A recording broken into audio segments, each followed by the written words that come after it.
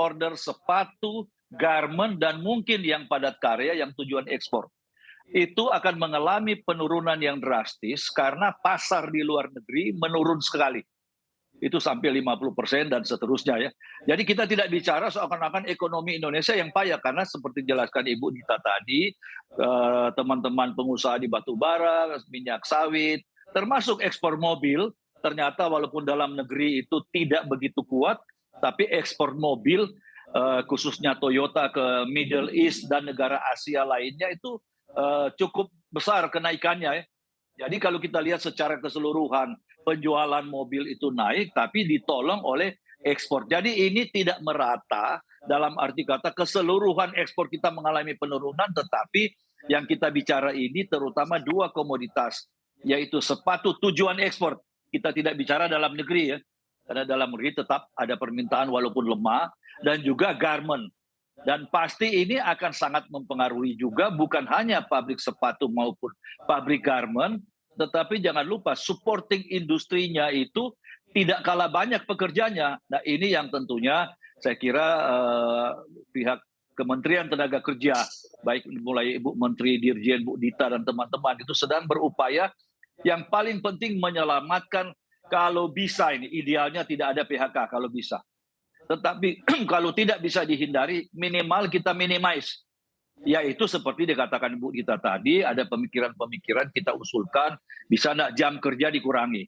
Tetapi sistemnya no work, no pay. Itu akan lebih baik daripada kalau kita paksakan tidak bisa ada kebijakan seperti itu, sehingga perusahaan bukan tidak mau, tetapi tidak tahan.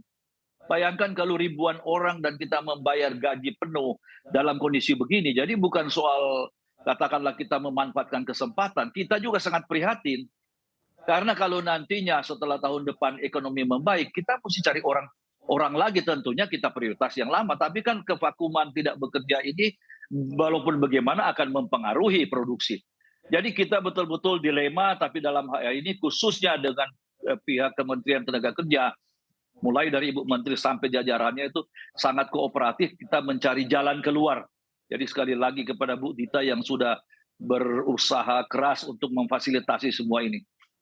Oke baik, Bu Dita, ini kan juga Anda mengamati begitu ya dari gejolak ekonomi global tentunya yang mana juga mengikis permintaan global sehingga beberapa sektor yang disebutkan oleh Pak Anton tadi juga mengalami permintaannya berkurang ekspor ke luar negerinya. Anda melihatnya langkah antisipasi ke depan agar memang tidak lebih banyak lagi sektor yang juga merumahkan pegawainya seperti apa kalau dari kacamata pemerintah? Ya, pertama yang paling penting kita pertahankan itu pekerjaan. Karena pekerjaan itu adalah piring nasinya ribuan orang. Jadi kalau kami harus memilih dalam situasi begini, untuk sektor industri tertentu ya, yang memang terbukti terpukul keras akibat minimnya order, maka yang paling penting adalah menyelamatkan pekerjaan. Caranya adalah tentu dengan melakukan beberapa relaksasi yang jangka waktunya terbatas. Jadi kan sama seperti zaman COVID dulu, kita juga kasih banyak sekali relaksasi pembayaran THR, relaksasi pembayaran upah, relaksasi bahkan ada beberapa sektor yang membayar upahnya di bawah upah minimum, kita kasih relaksasi, namun jangka waktunya jelas terbatas hanya dalam masa pandemi.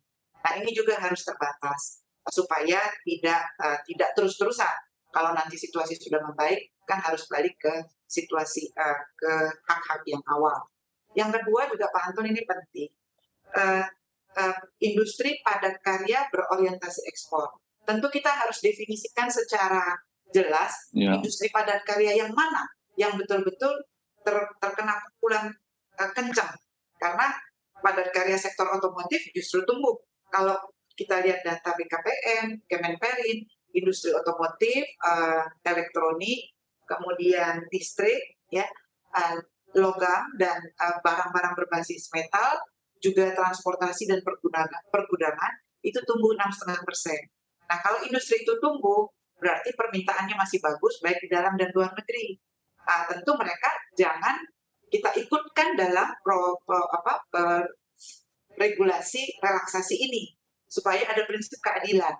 Nah, menentukan sektor mana yang boleh padat karya ekspor yang boleh dan padat karya ekspor yang tidak masuk dalam relaksasi ini tantangan tersendiri, Mas, supaya kita betul-betul memberikan bantuan kepada yang berhak. Jangan yang memang masih tumbuh positif, sawit dan tambang itu jelas tidak masuk ke dalam sini, walaupun mereka juga padat karya, gitu, dan mereka juga diekspor. Tapi jelas tidak masuk karena industrinya bagus, tumbuh. Nah, itu tantangan yang penting, dan di samping juga batas waktu yang jelas. Pak Anton bilang tadi tahun 2023 ini akan berlanjut turunnya ekspor ini. Ya kapan? Apakah 6 bulan?